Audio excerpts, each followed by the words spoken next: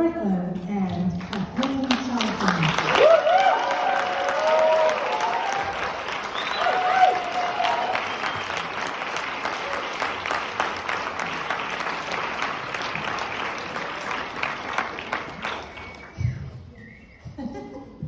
Well, congratulations. Lovely, lovely film. The selection committee loved it so much that maybe I can review this. It was the first film that was that we confirmed this one.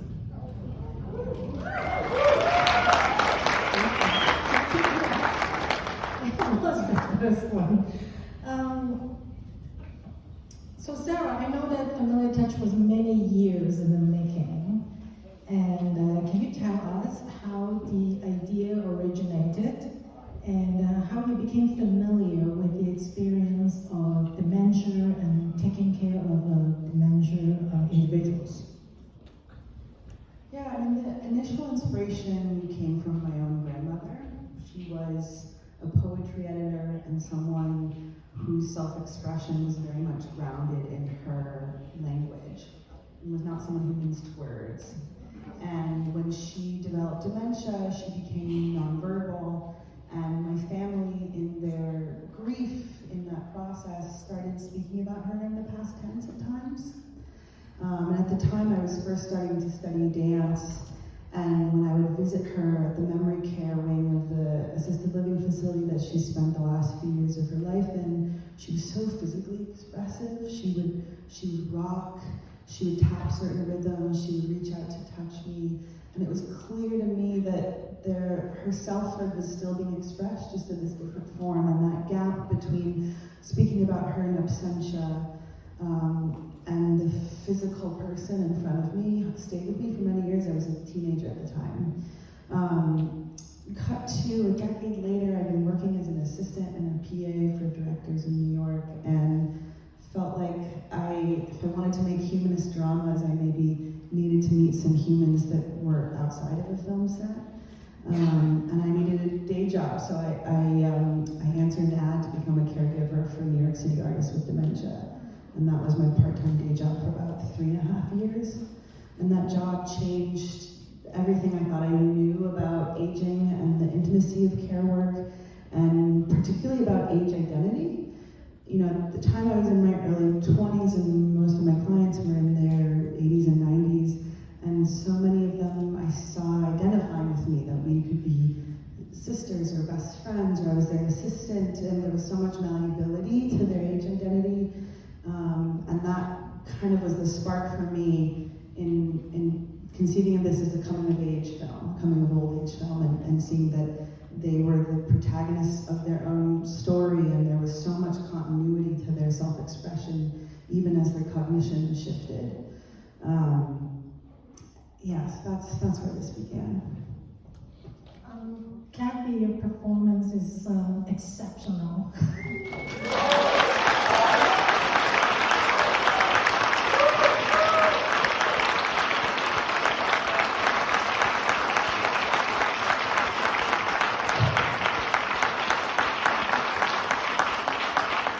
You bring so much grace to the lead character.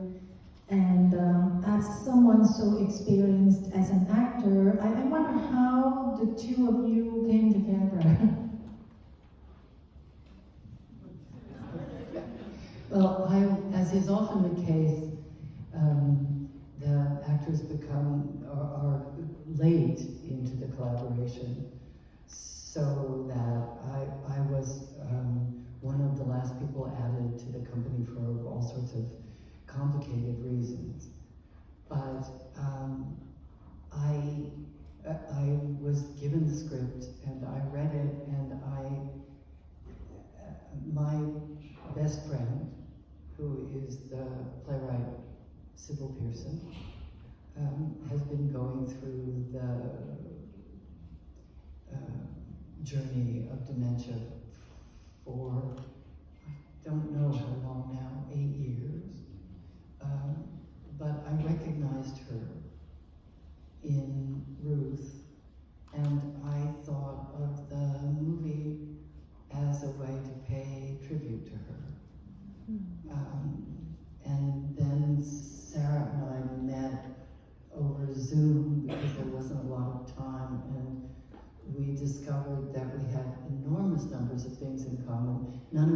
to do with the movie. I who don't dance, have done a lot of work with choreographers. Yvonne Rainer is one of them, Pam Tanowitz is another. And so we had that in common. And the thing, perhaps our deepest connection was with Italy, and specifically with Rome. So a lot of our first conversation was in the kind of Italian, which people who speak pretty good Italian, because they live there, love to speak to each other because we understand each other so well and can compliment each other on how wonderfully we speak Italian. So that, and we had a very short time to make the movie, 19 shooting days, because it was just before the SAG strike. And so we met in person for the first time in an elevator at Villa Gardens. And it worked. Tells you a little something about how long it took us to make this, that when Betsy Fippinger, our brilliant casting director, did such a beautiful job with this film. When she and I first started envisioning Ruth, Kathy was too young for the part. But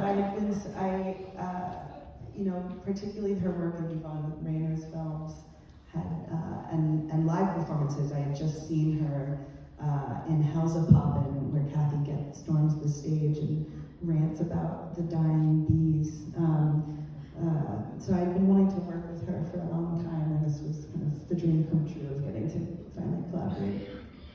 Well, the film is not really about like the journey of like gradual decline of condition. Ruth is sometimes confused, and at other times she discovers new things, and then at moments she just becomes her old self.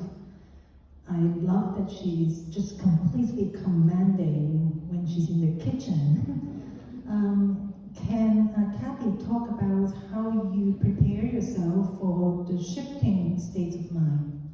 Well, I think this was a wonderful place to practice the thing they always tell you in acting school, which is be in the moment. And it takes you, I'm now 80 years old, and it's taken me most of these 80 years to understand what that meant. But people with dementia live in the moment, and the moments change, and time, people move in and out of time, but every moment is real. So that, and the way most of us live, we try to make a narrative that makes sense of every day. But when you have dementia, your life is just what pops into your mind. And it was, I knew that from knowing Sybil and watching Sybil and spending time with her. And the script was beautifully written to make that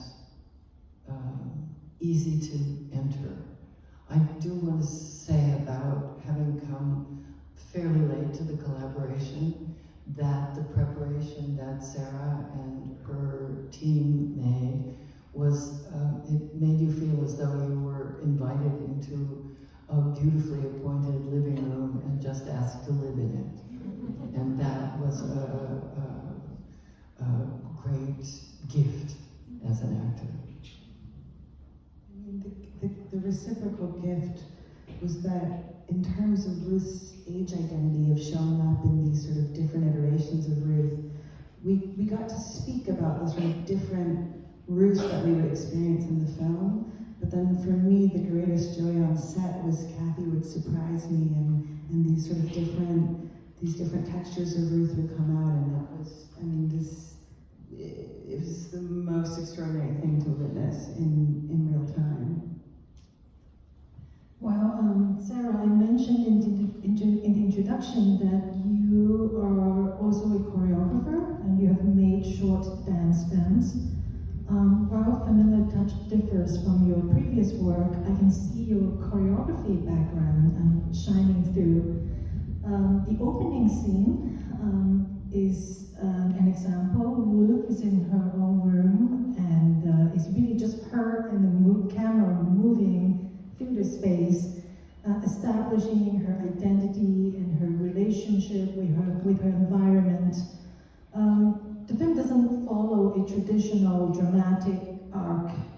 It prioritizes a sensory journey over plot.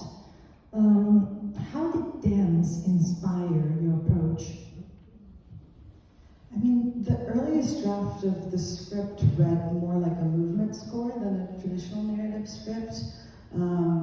It really kind of was just, I wrote it in final draft, so it looked like screenplay form, but really it was just descriptions of Ruth's movements in her home of many decades for the last time, and her home of we don't know how many years for the first time, and just kind of following her movement in these two spaces, and then the moments of contact between her body and her caregivers, both professional care workers and familial caregivers.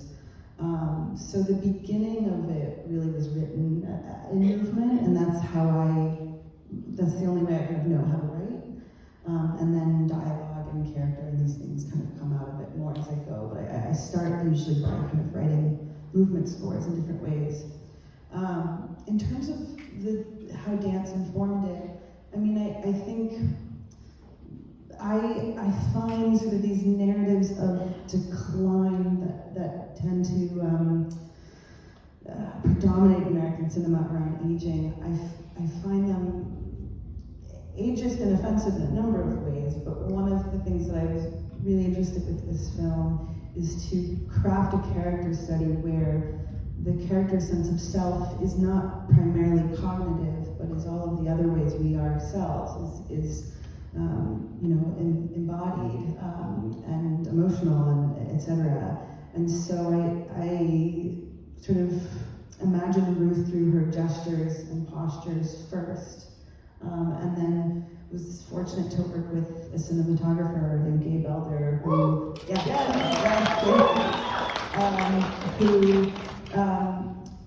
we really tried to figure out how to create cinematography that was still enough to allow the viewer to really feel the smallest of movements. And this, I think, was also important in terms of depicting memory loss in a different way. I think something a lot of people don't know about memory loss is that for most people, their cognition declines, but other senses are intensified. So for people with dementia, touch, taste, smell, sound, etc., it can be quite intense. So that, movement was a way to, honing in on her gestures was a way to kind of create this sensory experience that Ruth has that I wanted viewers to then have with her, and to locate her identity in that, not in her cognition. And how did the two of you work together to interpret this, what you call a movement score? Did you do movement exercises? Oh, well, the only time that we had a long sort of philosophical character discussion had to do with how Ruth would feel about a new toothbrush, or whether or not it was a new toothbrush. We didn't. We just started where we started. They had a shot list, and we fulfilled it. And it was, as I say, like walking into a room where you were invited to play in the room, but it was clear what the limits of the room were. So some of the scenes were about movement. I mean, I think the most sensual, of course, was the swimming pool scene. I just found out this morning that I actually suggested after we did it that we do all the rest of the movie in the swimming pool. It was a good pitch, but I did veto it. We didn't do that. I'm sorry we didn't do it. That was a swell swimming pool, I just had. And that was all about movement.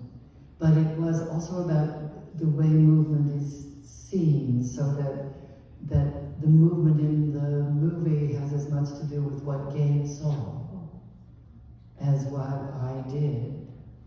because it's also true that in a movie, if you don't take a picture of it, it didn't happen.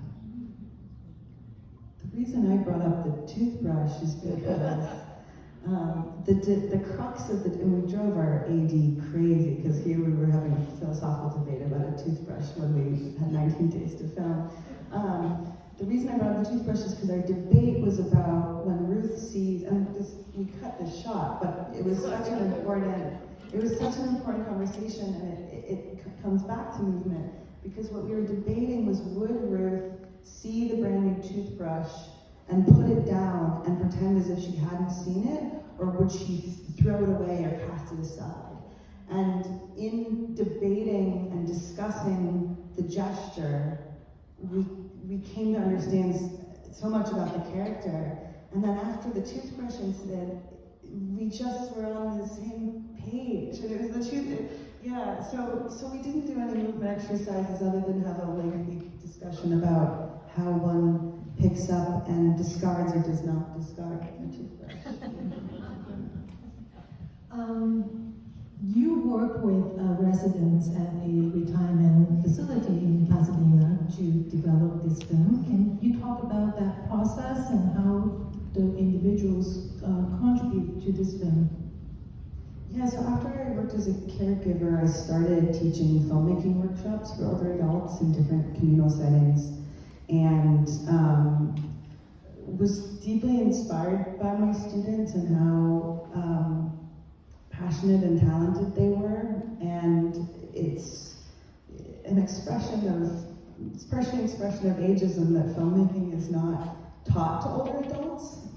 There's sort of this technophobic, this assumption that older adults can't deal with technology, which in my experience is not true at all. But I felt like if we were going to tell this anti-ageist story, that we needed to make our set have the ethos, the methods of production had to match the ethos of the film. And so I think there's an assumption that people who are receiving care are not capacious themselves. And so myself and my crew facilitated a 5-week filmmaking workshop at the retirement community where we filmed this, and taught filmmaking soup to nuts. So each week, the first session was led by a department head teaching their craft, so cinematography, production design, etc. And then the second session of each week, the residents would write and direct a short film and would rotate crew roles each week, so everyone got to try the different roles on a crew. And in the process, we're basically in residence there, so we got to know the care workers there very well and got to hear what they felt was important to kind of get right in depicting this care labor. But by the end of the workshop, it meant that everybody knew what element of filmmaking they were interested in, and so then we just had people sign up for what department they wanted to join. So not only is it, the cast, in addition to our professional cast, but people joined the whole crew. I mean, no one signed up for the grip department or the sound department, but everything else, we had residents did background casting, one was a second AD, production design, a lot of the art you see on the walls is sourced from residents' work. And then the staff as well played residents, so we played care workers in the film. And I think it felt like a wonderful artist residency, and there was just enormous generosity from this community, not only in telling us what was important to them and representing, but in letting us into their home and workspace. Making a retirement community, making any care setting a film set for that long is a big ask, and they really were the most marvelous collaborators. And we had so much fun. I know one of the fun things to notice was seeing our mainly millennial crew's idea of aging and care settings shift. Like, I think a lot of our crew thought that it was going to be depressing. And we had so much fun. You mentioned earlier about the heightening of the senses for individuals with dementia. And sound is actually very important in your film. which actually begins with the black screen. We hear sound before we see an image. And throughout the film, background noises like birds chirping, engines running, like furniture moving, the utensils in the restaurants, they are just strikingly vivid. So can you talk about the sound design? Yeah, I mean, I was very fortunate to work with a brilliant sound designer named Eli Cohn. And I mean, the first piece we talked about is, what you mentioned, which was how does Ruth hear these spaces, and if her sound is intensified, how do we mix it to reflect what Ruth is experiencing? And part of that is that a lot of older adults experience a sort of collapsing of close and distant sounds. So that's part of why you hear in so many scenes, you hear other people's conversations, you hear the person, standing up over there. We really wanted to kind of have Ruth's sense, sonic experience reflected in how it was mixed. But another big piece of the storytelling that Eli and I worked on through the sound design was trying to represent the sort of Ruth's loss of home and her transition into a new one. So Eli created all of these layers for Ruth's home, so that the viewer might subconsciously kind of experience that loss of sound, that you no longer hear the kind of particular Southern California bird song, etc. And I actually surveyed the residents that I worked with about what sounds they first noticed when they moved into their, into this facility. And there were so many kind of motifs in their responses. One was the sounds that signify institutional space for them. So an HVAC system and air conditioning that's not for, a smaller home, but for an institutional space. The sounds of labor occurring at kind of regulated hours, so whether that's a leaf blower at the same time, twice a week, or the sounds of walkie-talkies or shift changes. Some people remarked on hearing neighbors through a wall, or perhaps most poignantly, hearing ambulances and praying that sound wasn't for your friend, or heaven forbid for you. So we tried to borrow from that list that they made for us to, without becoming tragic, wanting to kind of represent that loss of autonomy that Ruth experiences without undermining her agency in the film. We can take some questions if anyone has anything to ask.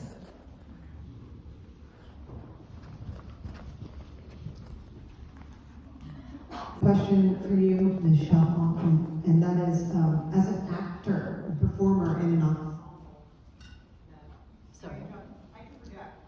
As an actor, working with a company that includes professional performers, residents of the space, can you talk about what if any influence it may have exerted on your performance, or how you navigated Moving from a more like traditional cast, traditional ensemble to something that was a little more mixed?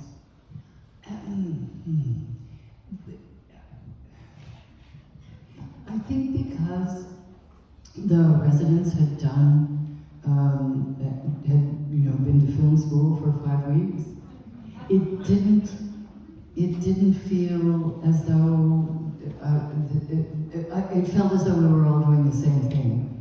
And actually, because it was Southern California, some of the residents who decided to be in the acting department had been performers or had been teachers, which is the same skill set. So it was natural. It was like joining any other company. And the professional actors who were in the movie were all spectacular, actually. So it was a beautifully integrated company, and not an issue at all, the difference between the professionals and the not professionals.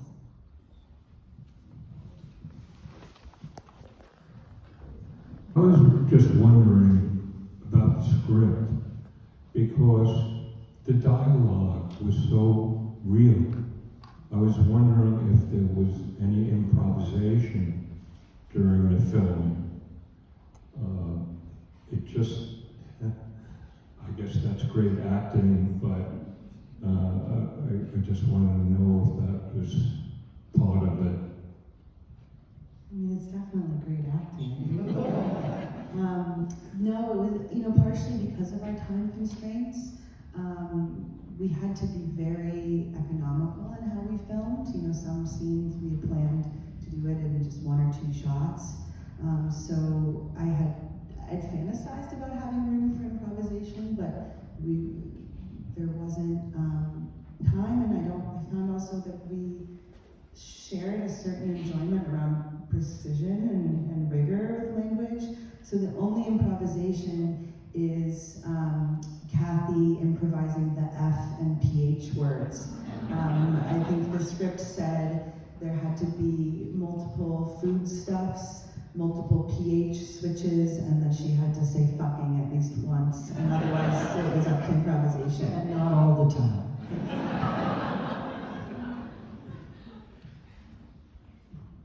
A remarkable film, thank you for that.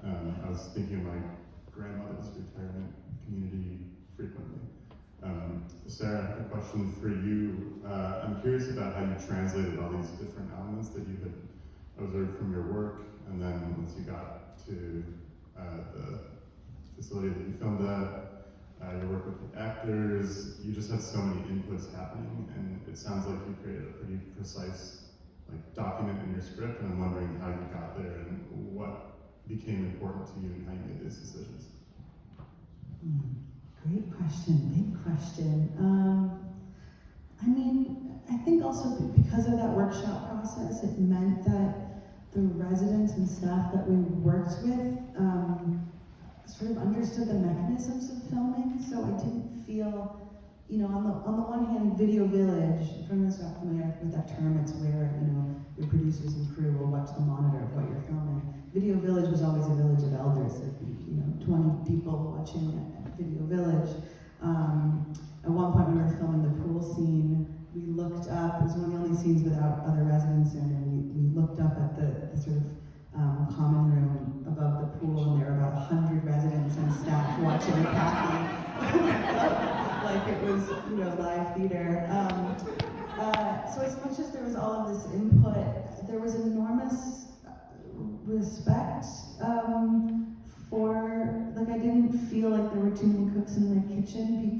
The residents and staff were quite respectful of our working environment in a way that everyone had a role. Everyone had a very, very clear role in the way that a professional crew does, and so that delineation of who's doing what was very specific, and so I found that it was no different for me than the other films I've made in a way, but I'm coming from making films with a lot of non-professional performers, so it's that piece of it was almost more familiar